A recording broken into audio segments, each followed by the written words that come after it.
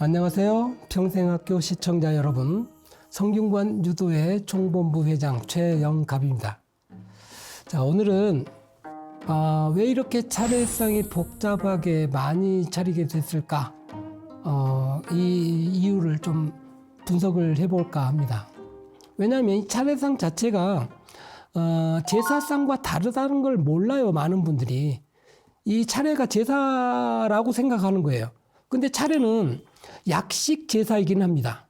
아주 간편한 제사인 건 맞아요. 근데 앞에 간편하다는 말이 있잖아요. 간편한 제사라고 생각하십시오. 그러니까 제사상처럼 복잡하게 많은 음식을 차리는 게 아니라 아주 간편하게 지낸다라고 하는 그 개념을 머릿속에 넣고 계시면 좋을 것 같아요. 그래서 이 차례는 모든 조상에게 올리지만 이 제사라고 하는 거는 돌아가신 그 당사자만 모시는 그 의식이에요. 그러니까 차례와는 완전히 다른 거죠. 차례는 모든 우리 조상들을 다 모시는 거지만 제사는 한 분만 모시는 게 원칙이에요. 그리고 형식과 절차도 복잡합니다. 제수도 많이 차려야 되고, 근데 언제부턴가 모르게 우리 주변에 차례상과 제사상이 똑같아져 버렸어요. 그래서 어느 집에 우리 인터넷에 찾아보면 차례상 해가지고 나오는 사진이 굉장히 많습니다. 근데 그 사진들 보면 왜 이렇게 음식이 많죠? 하는 생각이 들 정도로 풍성해진 그런 모습입니다. 근데 이게 오랜 전통이 아니고 사실 여기에 대한 주장은 몇 가지 좀 설이 있는데 가장 많은 분들이 하신 말씀이 갑오경장 이후부터 생긴 문화다, 이런 주장을 하신 분들이 계셔요. 자, 갑오경장이라고 하는 거는 어떤 우리 사회 변화가 있었는지 아시죠? 우리나라의 신분제가 무너진 시기가 바로 이 갑오경장입니다. 그러니까 과거에는 양반, 상놈 이렇게 반상이라고 하죠. 우리가 반상의 구별이 있었던 시절이 있었습니다. 근데 갑오경장 이후로 반상의 구별이 사라지고, 그리고 이제 경제적 여건이 달라지죠. 그러니까 만약에 어떤 집안에서 나는 그냥 하층민으로 살았는데 갑오경장이 지나면서 내가 부유한 집으로 탈바꿈이 돼버렸어요. 그러니까 노비나 종으로 살던 사람들도 내가 재산을 많이 모으면 내가 우리 조상을 위해서 풍성하게 차리면 좋겠다라는 생각을 다 가질 겁니다. 그렇게 해서 아마 많은 사람들이 상이 그렇게 풍성해진 게 아닌가, 아마 이게 효도라고 생각했던 것 같아요.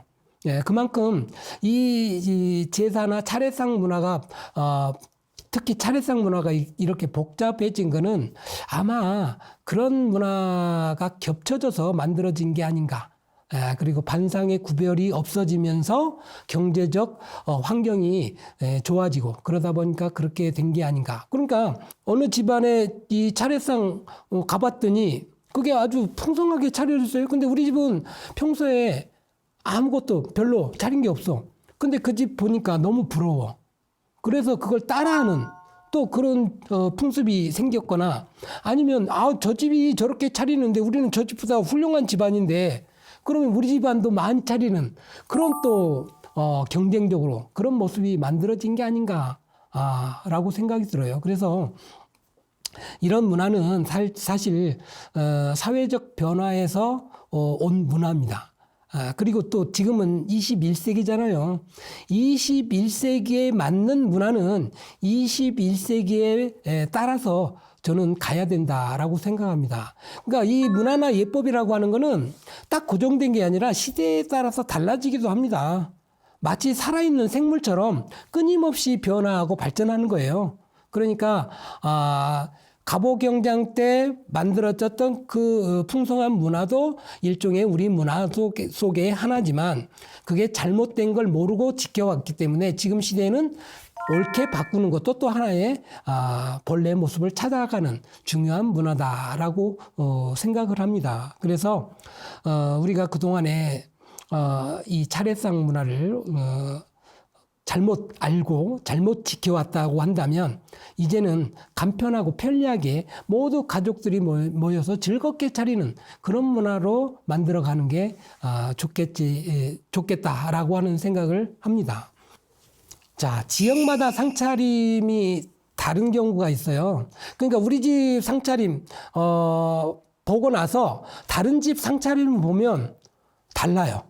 그래서 가서 그 집안 그 어른들한테 왜 이게 이렇게 되죠? 라고 물어보면 실례입니다. 왜냐하면 그 어른들 말씀하시잖아요. 남의 집 제사에 가서 밤나라 대추나라 하지 말라고. 그 말이 딱 맞아요. 왜? 우리나라는 원체 나라도 좁지만 이 좁은 나라에서도 바닷가에 사는 사람들 또 육지에 사는 사람들 각가지 다 사는 지역이 다르잖아요. 그러니까 예를 들어서 바닷가에 사는 사람들은 생선을 구하기가 쉽습니다. 그러니까 생선을 많이 올릴 수밖에 없어요. 근데 바다와 그 거리가 먼 집안 사람들, 그런 사람들은 구하기 쉬운 육고기, 돼지나 소고기 이런 걸 중심으로 올리게 됩니다. 그리고 또 영남 지방에 올라가는 그 음식과 호남 지방에 또 경기 지방에 음식이 다 달라요. 그래서 이 상차림은 기본 틀은 가지고 있지만 그 기본 틀 속에서 우리 지역에서 구하기 쉬운 그런 음식을 올리는 게 옳다라고 생각하시면 좋겠어요. 억지로 우리 지방에는 없는데 이걸 구하기 위해서 돈을 들여서 멀리서 구해온다고 해서 그게 좋은 일은 아니라는 겁니다. 그래서 항상 조상을 생각하는 그 마음을 가지고 상차림을 준비하는 그 정성에 있지 음식의 종류나 가짓수에 있지 않다라고 하는 걸 다시 한번 분명히 말씀드립니다. 자, 그리고 어느 지역에 갔더니 헛제사라고 하는 제사가 있더라고요. 자, 이 헛제사가 무슨 말일까요? 없는 제사를 허위로 지낸 제사를 헛제사라고 해요. 아니, 그럼 제사날도 아닌데 왜 헛제사를 지내지? 그거는 제사를 지내면 음식이 풍성하게 준비돼요.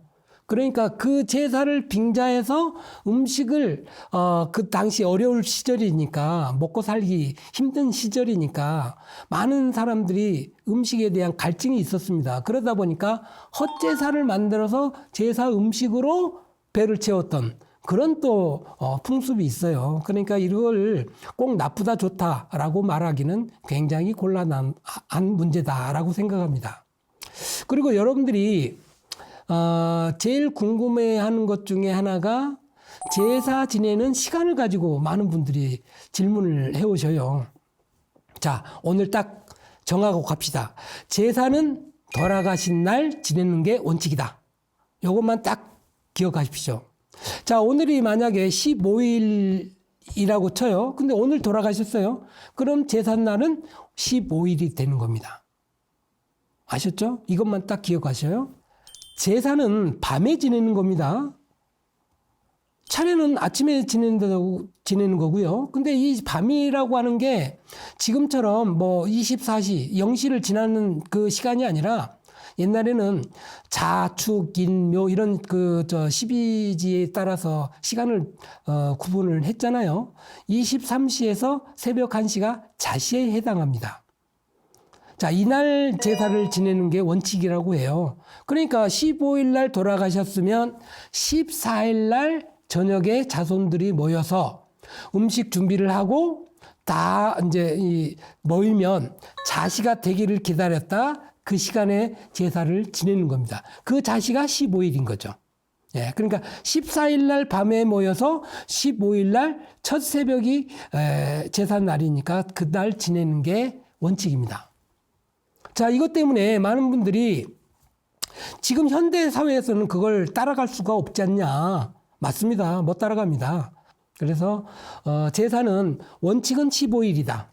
돌아가신 날이다. 이 원칙만 지켜주시고 그날 저녁에 만약에 시간을 변경을 해서 지낸다고 하면 그날 저녁에 지내는 게 좋겠다라는 게 제 개인적인 생각입니다. 이건 원칙은 없어요. 시대에 맞게 변화를 시킨다고 하면 그건 이미 원칙에서 벗어난 겁니다.